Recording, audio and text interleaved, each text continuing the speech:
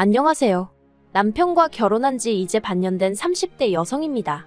남편과는 어느 다른 커플보다도 조용히, 무난하게 연애를 해왔기 때문에 결혼 반년 만에 여기 와서 제 이야기를 하게 될 줄은 상상도 못했는데, 사실 연애 때는 남편과 저 두 사람만 신경 쓰면 됐으니까 설령 갈등이 생기더라도 일이 커질 틈이 없었거든요. 서운한 일이 있으면 그 자리에서 바로바로 이야기하고 오해가 쌓이지 않도록 풀었으면 되었으니까요.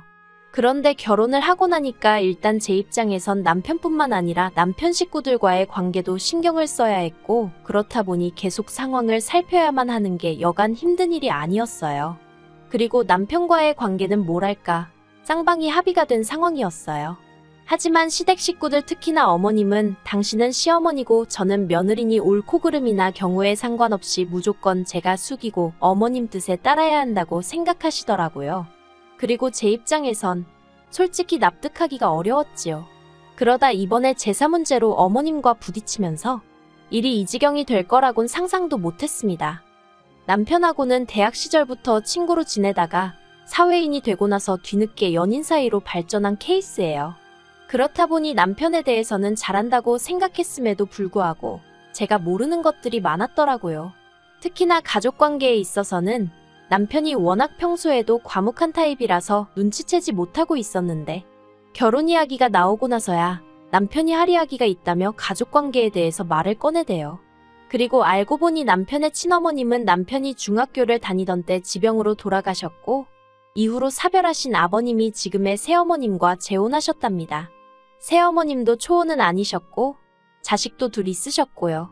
그래서 졸지에 외동이던 남편에게 2명의 동생이 생겼다네요. 그리고 남편의 걱정과 달리 남편의 가족관계에 대한 고백은 결혼에 있어 제가 결정을 내리는데 별 영향을 끼치진 않았습니다. 아니, 오히려 결혼을 더 하고 싶게 만든 것도 같네요. 사실 그동안 저희 부모님을 만나면 평소답지 않게 살갑게 굴고 저희 부모님을 좋아라 하더니 그런 사정이 있었구나 싶어서 그랬나? 어디 정붙일 곳이 마땅치 않았나 보다. 그런 생각이 들어서 더 잘해주고 싶었거든요. 그리고 이런 마음은 결혼 후에는 더 강해지고 커져갔는데, 그 이유가 제가 결혼 전에 시댁을 2번쯤 갔었고 결혼 후에도 2번쯤 갔었거든요. 그리고 그때마다 새어머님이나 시동생들이 남편에게 대놓고 무안을 준다던가 그런 건 없었어요.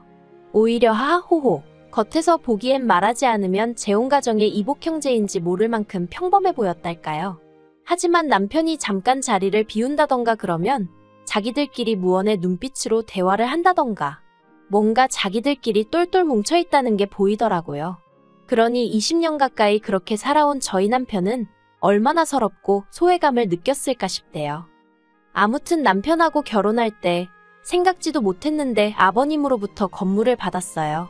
알고 보니까 아버님이 돌아가신 친어머님과 결혼할 당시 재산이라곤 하나도 없으셨답니다.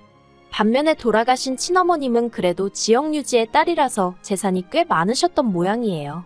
그리고 그런 친어머님이 돌아가실 당시 아버님에게 다른 건 몰라도 건물만큼은 남편이 장가갈 때 꼭 주라고 신신당부를 하셨다대요. 감사하게도 아버님이 그 약속을 지켜주신 거고요.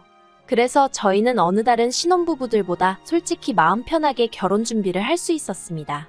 그렇다고 말도 안 되는 사치를 부리고 그런 것은 아니고요. 적어도 신혼집을 어떻게 할지 그런 고민에선 자유로울 수 있었네요. 그런데 이걸 가지고 새어머님께선 굉장히 못마땅해 하셨습니다. 아버님과 재혼하던 당시 그 건물이 당연히 아버님 거라고 아셨지, 그게 훗날 저희 남편한테 돌아갈 거라곤 생각을 못 하셨던 모양이 돼요. 그래서 내내 그 건물에서 나오는 월세로 생활을 해왔는데 갑자기 그 돈이 없어지니 당황스럽다며 저희더러 그걸 기어이 지금 받아가야겠냐고 싫은 소리를 몇 번이나 하시더라고요.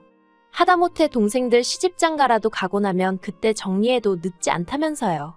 하지만 그런 이야기를 듣고 있으니 저는 더욱이 지금이 아니면 안 되겠구나 싶었습니다. 막말로 시동생들 시집장가 갈 때 되면 건물 팔아먹자고 나이 드신 아버님을 달달 볶기라도 해봐요. 그땐 저희야말로 눈뜨고 코 베이는 거 아니겠어요. 솔직히 저희 것이 될 거라곤 상상도 못했던 건물이지만 저희 거라는 걸 알게 된 이상 어떻게든 지켜야겠다는 생각뿐이었습니다. 남편 하나만 보고 결혼을 결심한 건 사실이지만 그렇다고 주어진 몫을 포기할 만큼 멍청이도 아니었으니까요. 그리고 이건 저희 남편도 몇 번이나 동의한 부분이었습니다. 솔직히 그 오랜 시간 동안 새어머님도 정말 친어머님처럼 남편에게 정을 주셨다면, 그리고 시동생들도 남편을 그렇게 믿고 따라주었다면 저희 남편이 절대로 그렇게 선을 그었을 리가 없거든요.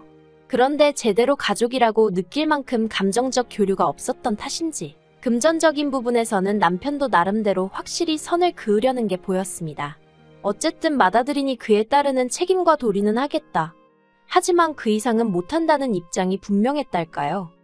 그런데 지난 어버이날이었습니다. 새어머님이 회가 드시고 싶다며 호텔에 있는 식당으로 예약을 하셨더라고요. 그래서 그 자리에 시부모님과 저희 부부 그리고 시동생 둘이 모이게 되었어요.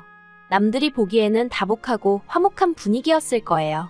하지만 식사가 시작되고 얼마 지나지 않아 불편한 주제들이 조금씩 거론되기 시작했습니다. 특히나 돈에 관해서요. 새어머님께서는 저희가 건물을 가져간 이후로 살림을 꾸려나가기가 아주 힘에 부친다면서 끝없이 앓는 소리를 하셨어요. 하지만 솔직히 아버님이 그 연세에도 연금으로 300 남짓 받고 계셨고, 저희가 건물 증여가 끝남과 동시에 매달 100만 원씩 생활비에 보태시라고 보내드리기 시작했거든요. 게다가 신우도 직장 생활을 하고 있었으니 아무렴 자기 부모에게 돈 10만 원 안 드렸겠어요? 제가 생각하기엔 그나마 마음에 걸리는 건 도련님이었는데, 거기도 이제 아르바이트해서 자기 용돈 벌고 하면 크게 돈 들어갈 일이 있나 싶었지요. 참고로 저희 남편은 자라는 내내 집에 재산이 없는 것도 아니었는데, 새어머님이 남자라면 독립심이 필요하다며 고등학교 때부터 아르바이트를 하라고 그렇게 눈치를 주셨답니다. 그래서 실제로 고등학교 2학년 때부터는 아버님이 어머님 몰래 챙겨주신 용돈 말고 공식적으로는 용돈 한 번 받은 적 없고, 대학 등록금도 반 이상 자기가 벌어서 보탰다고 하더라고요. 그런데 이제 와서 저희더러 생활비가 어떻고 시동생들이 어떻고 하면, 아무리 제가 아닌 남편이 겪은 일이라고 해도 저에게는 제가 겪은 거나 마찬가지로 느껴졌으니 그런 어머님의 하소연이 곱게 들릴 리가 없었지요. 그래서 어머님께 마치 어머님의 속뜻이 무엇인지 하나도 못 알아들은 것 마냥 이참에 시동생들도 독립심을 키워야 하지 않겠냐고 아무것도 지원해주지 마시라고 단호하게 조언을 해드렸답니다. 그랬더니 제 예상대로 어머님이 당신이 일전에 한 말이 있어서인지 뭐라고 더 말씀은 못하시고 저더러 너는 참 냉정하구나 하시대요. 하지만 이런 이야기 때문에 제가 결혼한 지 반년 만에 시댁하고 안 보고 살고 싶네 그런 소리를 하게 된 것은 아니에요. 제가 정말 화가 난 건 엊그제 어머님한테 전화를 받았는데 다음 주에 당신 친정어머니 제사를 지낸다고 하시더라고요. 어찌나 생소하던지 저는 처음에 돌아가신 친어머님 제사를 지내신다는 줄 알았다니까요. 그런데 그게 아니라 새어머님의 친정어머니 제사를 지낸다면서 저더러 일찍 와서 제사 준비를 도우라고 하시더군요. 그리고는 덧붙여서 말씀하시기를 신우는 안 불렀답니다. 이런 건 원래 며느리가 도와줘야 하는 거라면서 제가 안 오면 당신 친지들이 계몰아서 당신이 시어머니로서 제대로 대접도 못 받고 산다고 생각할 거라고, 그러면 저희 남편 얼굴에 똥칠하는 거라면서 꼭 와야 한다고요. 그래서 제가 어머님께 무슨 말씀이신지는 알겠지만 어머님도 아시다시피 저도 직장인이라서 그렇게 시간을 내기가 쉽지가 않다고 했습니다. 그리고 어째서 새어머님 친정부모님 제사까지 제가 해야 하냐, 솔직히 납득이 가지 않는다고도 덧붙였지요. 그러자 어머님이 제 남편을 당신이 어떻게 키웠는 줄 아냐면서 저더러 이러는 거 정말 경우 없는 짓이라고 하시는 거예요. 그래서 제가 일단은 남편하고 이야기를 해보겠다 했습니다. 솔직히 만약에 남편이 저더러 한 번만 참고 그렇게 해달라고 하면 해줄 생각이었어요. 결혼할 때부터 시댁일에 관해서는 가능한 남편 마음이 편한 쪽으로 내가 맞춰주겠다는 마음이었거든요. 참고로 남편도 저희 친정부모님한테 정말 친아들급으로 잘해요. 친정아버지도 든든한 사위가 생겨서 너무 좋다 하시고요.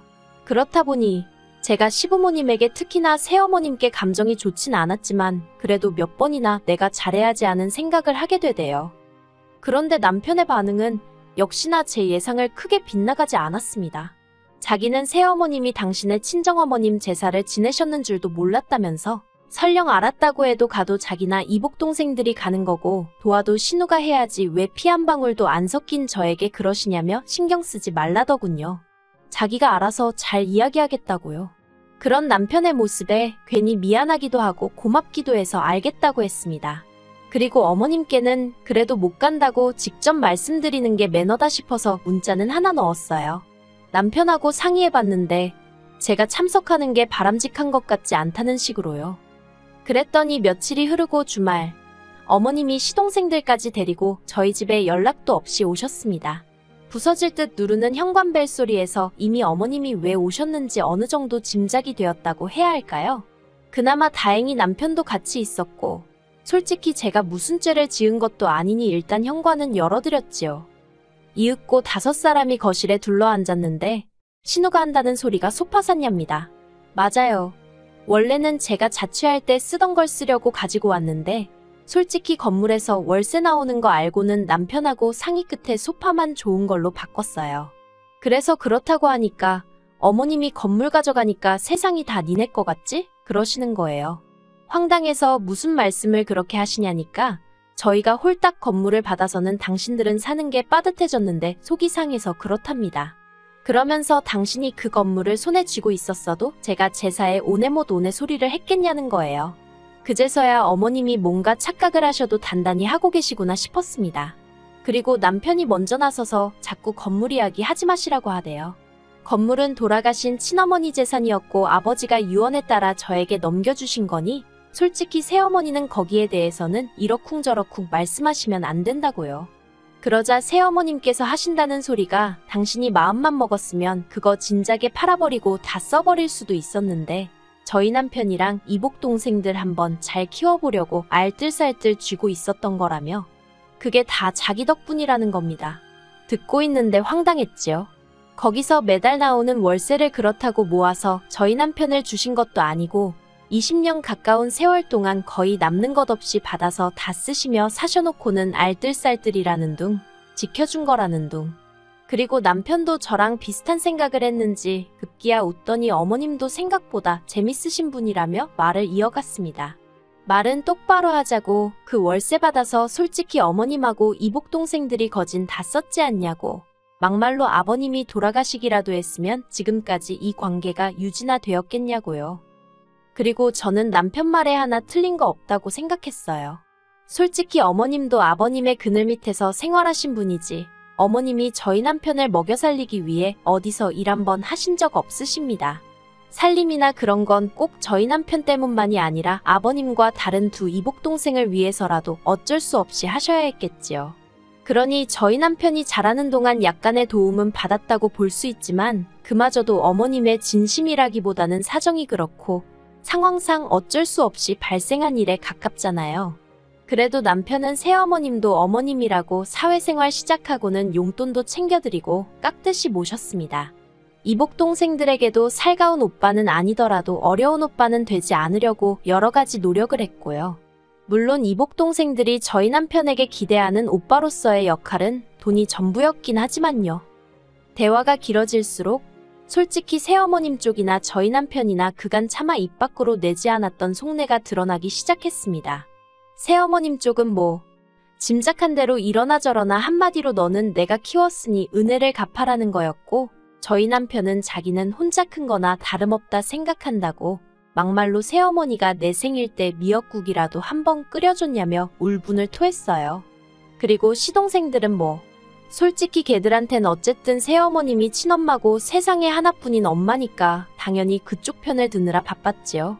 저희 남편이 건물을 가져가 버려서 자기들은 이제 굶어 죽게 생겼다는 말도 안 되는 소리를 하면서 말이에요. 그렇게 한바탕 소란이 지나가고 결국 남편이 아버님께 연락을 드렸습니다. 아버지 식구들이 여기 와서 행패를 부리고 있으니 얼른 와서 데려가라고요. 그러자 새어머님은 너 잘했다면서 아주 네 아버지한테 혼나봐야 정신을 차리겠다고 더 당당하게 꼼짝도 안 하더라고요. 그리고 이복 동생들은 이복 동생들대로 자기 어머니 옆에 붙어 있고 그 모습을 보고 있으니 남편이 얼마나 외롭게 컸을지 정말 안 봐도 눈에 뻔하더라니까요.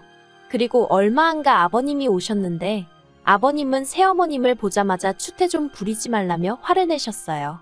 새어머님은 아버님이 당신 편을 들 줄 알았는데 당신한테 언성을 높이니 당황하신 눈치였지요. 새어머님께서 아버님더러 지금 상황 파악이 안 되느냐고 쟤들이 나한테 덤빈다. 이게 다 당신이 건물을 줘서 이렇게 된 거 아니냐? 돈 좀 생겼다고 애가 위아래도 몰라본다. 빨리 건물 내놓으라 해라. 속사포처럼 말을 쏟아냈지만 아버님께선 그런 새어머님께 남의 재산으로 그 정도 배불리고 살았으면 됐지. 욕심도 사납다고 계속 화를 내실 뿐이었어요. 그리고는 이복 동생들에게도 내 생각에 내가 니들 아버지로서 해줄 만큼은 해준 것 같으니 이제 알아서 독립하려면 독립해라. 정말 무서우리만치 낮은 목소리로 말씀하시대요. 그리고 결론부터 말하자면 일단 지금 새어머님은 찍소리도 못하고 예전처럼 아버님과 살고 계시고요. 이복 동생들도 무슨 약이라도 먹었는지 저희 남편한테 아주 깍듯해졌어요. 하지만 그 속내야 뻔하지요. 신우는 시집 가려면 결혼 자금이 필요하니 그러는 것일 테고 도련님이야 유학을 가고 싶네요 전에 노래를 불러댔으니 뭐 결국은 다시 돈 때문 아니겠어요? 그리고 저희 남편이 그러더라고요. 지켜야 할 게 없을 때는 바보같이 당해주면서 그래도 이게 제일 편한 길이라고 생각을 했대요. 근데 이제 자기에겐 저라는 가족도 생겼고 돌아가신 친어머니가 물려주신 재산도 지키고 싶어서 그렇게 바보같이 살지 않을 거랍니다. 다만 아버님에 대한 남편의 심정은 아직 복잡한 것 같아요. 평생을 원망 아닌 원망을 하며 살았는데 결정적인 순간에 남편의 입장에 서주신 게 남편에겐 여러 가지로 큰 의미였던 것 같거든요. 그리고 저야 뭐 남편이 어느 쪽으로 향하든 같이 따라갈 생각입니다.